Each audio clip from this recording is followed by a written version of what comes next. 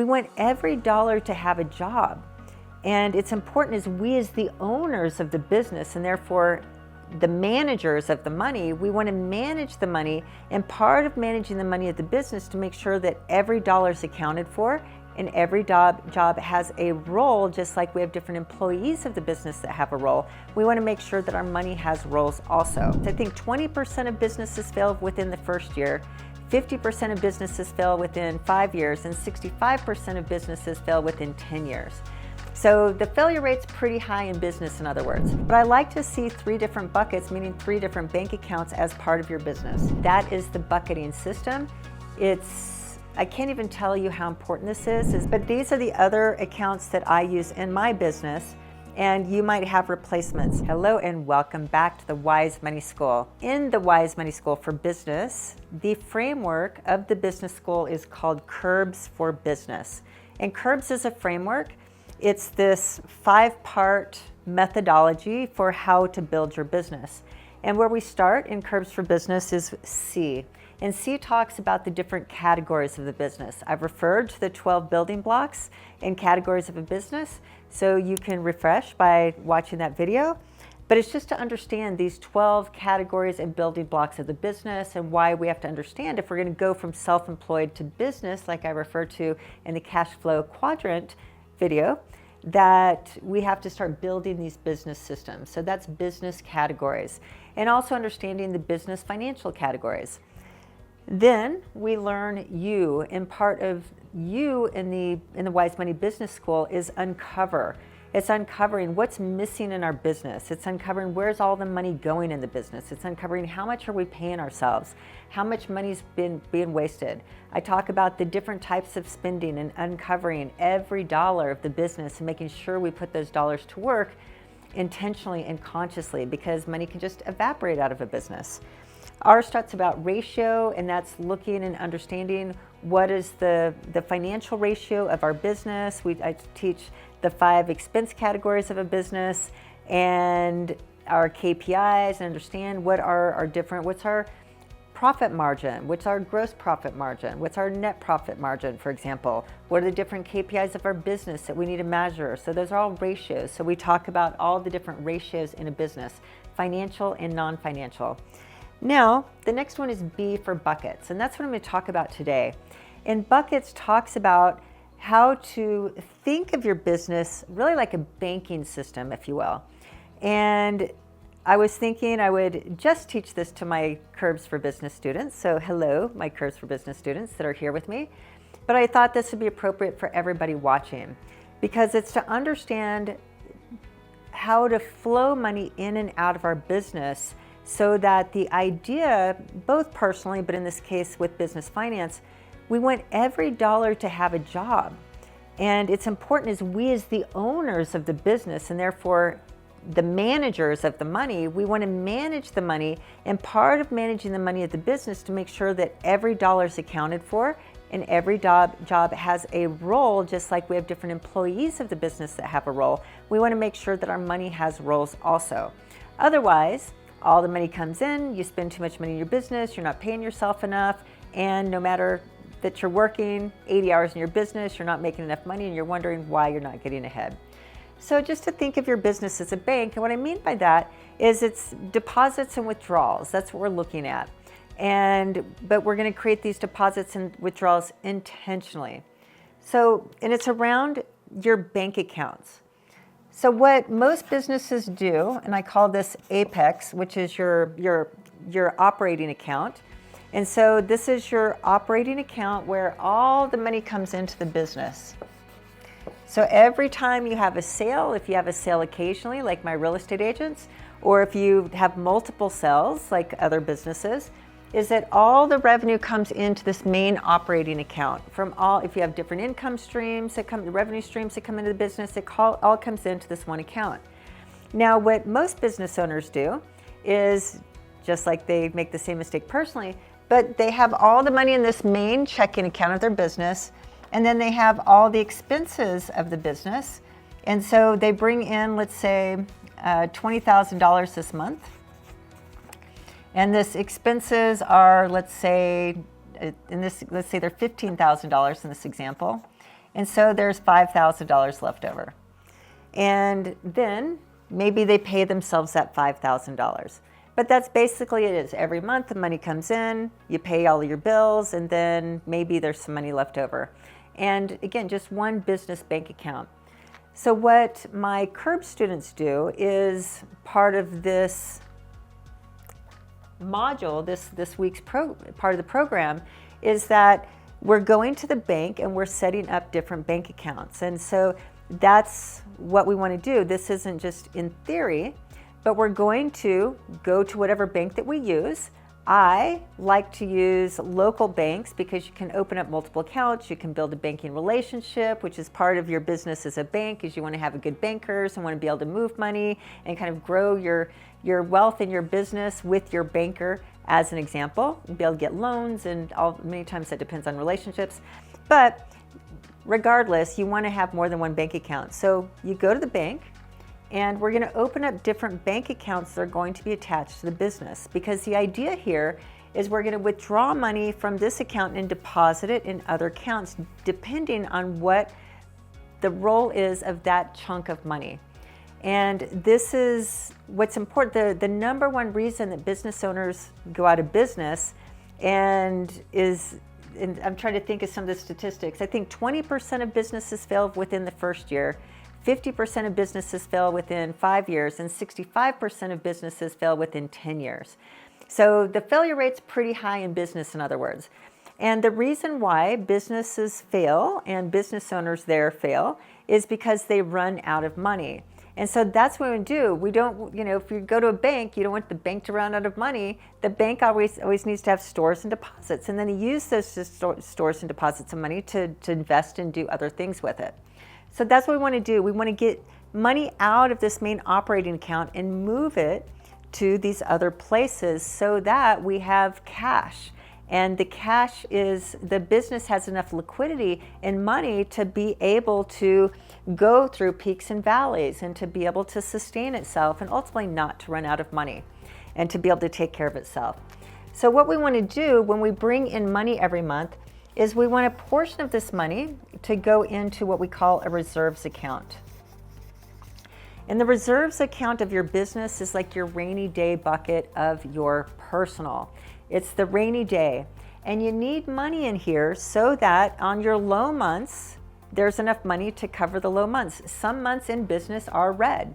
For example, in my business, I have 9 months of income, but I have 3 months where we have no revenue coming in.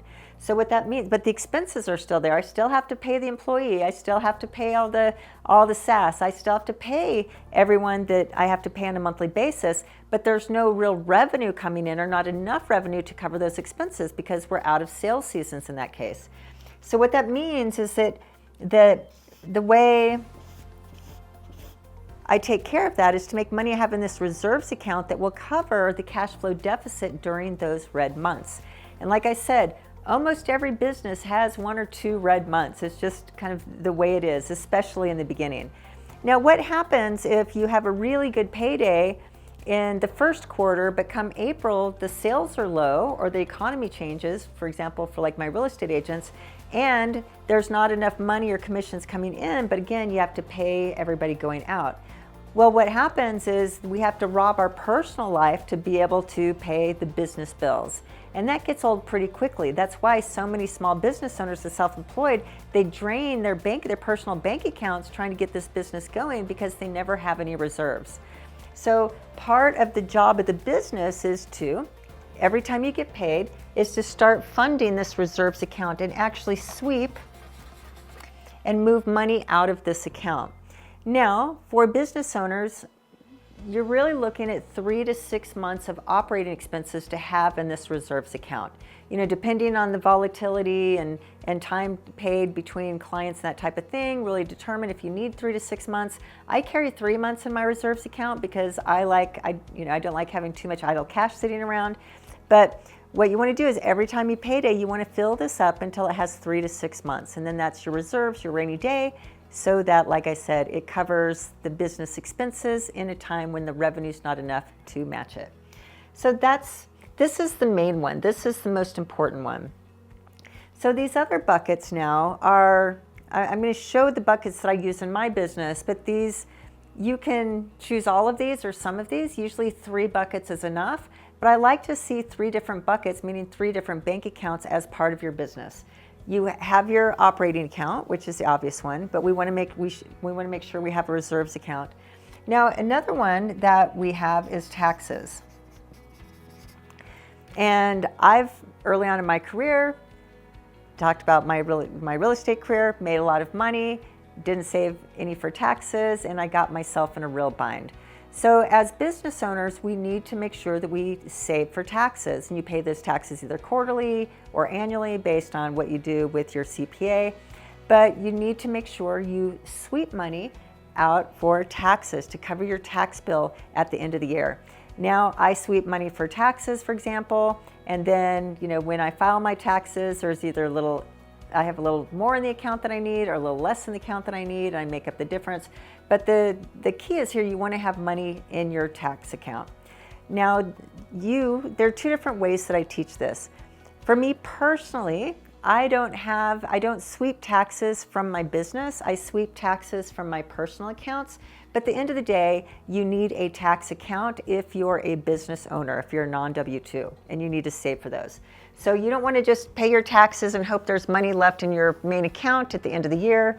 You want to make sure that you're sweeping your tax percentage so you have this tax bucket and this tax money ready to pay Uncle Sam for your business, which you owe the business, when the time comes. And if you're an S Corp, for example, and that money, just an LLC or an S Corp, that money passes through to your personal taxes. So anything that's profit in the business will be taxable income. So you want to make sure that that money's saved somewhere.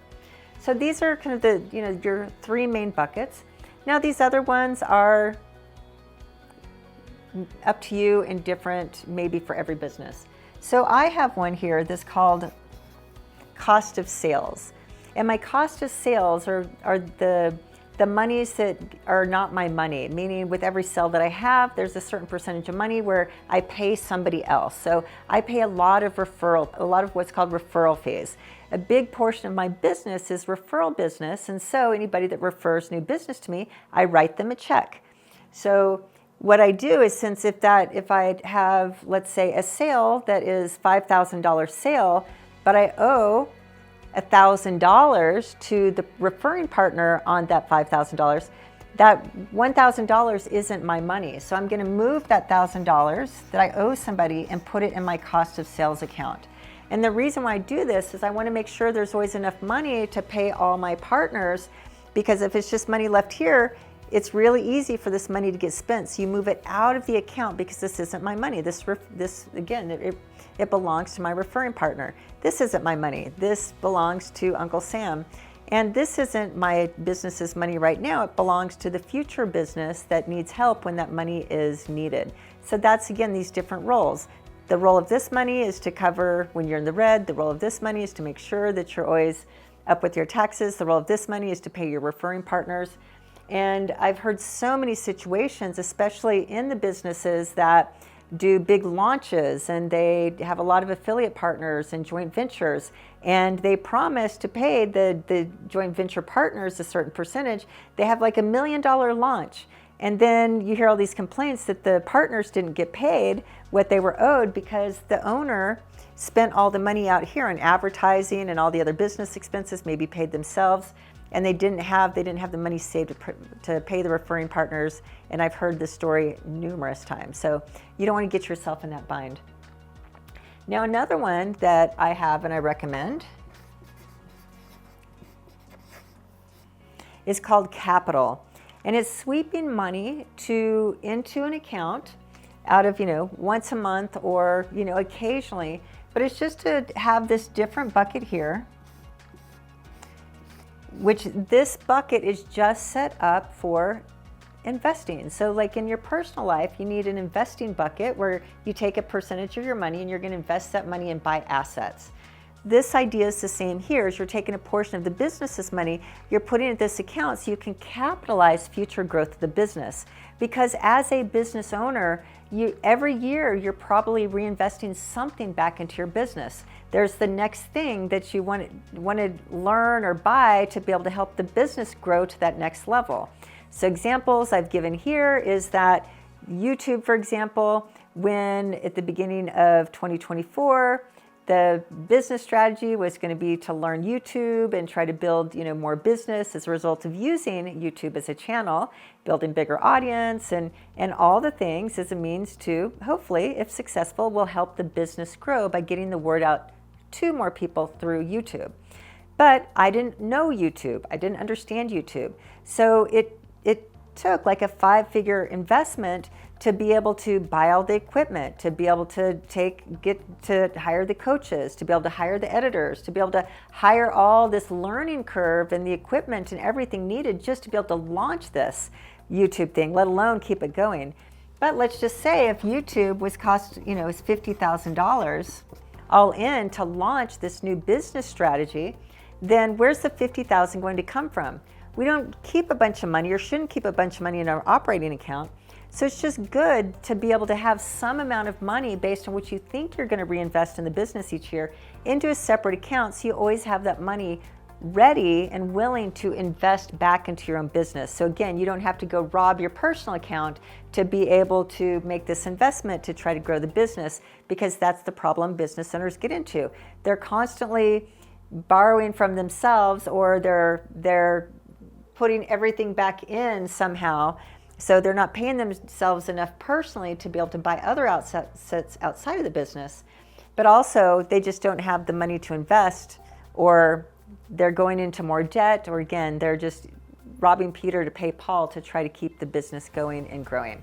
So this capital account will save you from that. Now the final one here is called a profit account. And this one I don't do, but this falls under the Profit First system. So many of those that go through my teaching is that they've taken through Curbs for Business is they follow a Profit First model. In a Profit First model, what they subscribe to is you take a portion of this every time you get paid and you move it into the profit account. And this is money that ultimately you pay yourself. So, but it's just making sure you're taking it out of the main operating account at the beginning so that that money doesn't get spent, and that goes into the profit account. I don't use a profit account, so I don't do Profit First exactly the way it's kind of taught, but I teach a similar system, but I just don't have a profit account. But these are the other accounts that I use in my business, and you might have replacements. Another one that I like to say is what I call an education account. And this one, you might, like I said, you might have 3 accounts total, or 3 plus your operating account, but pick and choose. But the education is because, kind of like capital here, you can use your capital account for education. So it might be a different way to think about it. But to be a business owner, you always have to be learning. There's masterminds, there's different education programs like my Curbs for Business, which is a $10,000 program. It's like, where's that money going to come from? So if we have money set aside for education, or these two can be separate or one of the same, but it's just understanding that we want to give these monies, we want to set up these different bank accounts, and then every time the business gets paid is to start moving money out of the main operating account and moving all of the money into these separate accounts outside of just the operating expenses that, these are kind of all the auto pays that when you're paying your staff, when you're paying all your software, when you're paying whatever your business pays for, it comes out of here. And then you sweep everything else. If you have this profit, this money you pay yourself. And then again, this is what we want to do on a month-to-month basis is you're running your profit and loss, you're looking at your balance sheet, and you're making all these sweeps and transfers. With the goal is we're getting as much money out of this main operating account as possible, other than enough is just to cover expenses and whatever amount we're going to pay ourselves as profit from that month. So that's the idea, to think of your business as a bank with, we have a deposit, and these are our withdrawals into these different, which are deposited into these different accounts.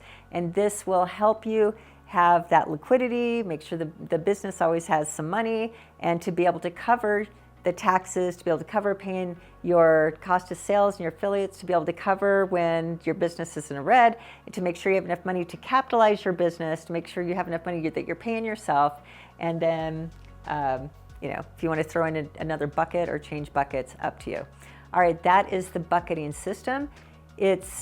I can't even tell you how important this is when you start to do your business to set up these different buckets. Now, the final thing for Curves for Business is we set up these business buckets, but then it's also important that you set up your QuickBooks account. So you need to get QuickBooks Online, and then part of this is we're opening up the accounts, and then we're attaching those accounts to QuickBooks so that every month now, when you're managing your money within your business and you're sweeping money to these different accounts, it's all reflected in QuickBooks. So that in QuickBooks, it shows all your credit cards, all your bank accounts, and all of your money, and there are different roles within that one dashboard. All right, that is the bucketing system for Wise Money Business School. Let me know if you have any questions. If this was helpful, go ahead and put in a like, type in a comment. And if you want any information on the Wise Money Business School, just write a note in the comment section, and we could put a link to my calendar in the description. So that's all I've got for today. Thanks so much, and I'll see you next time.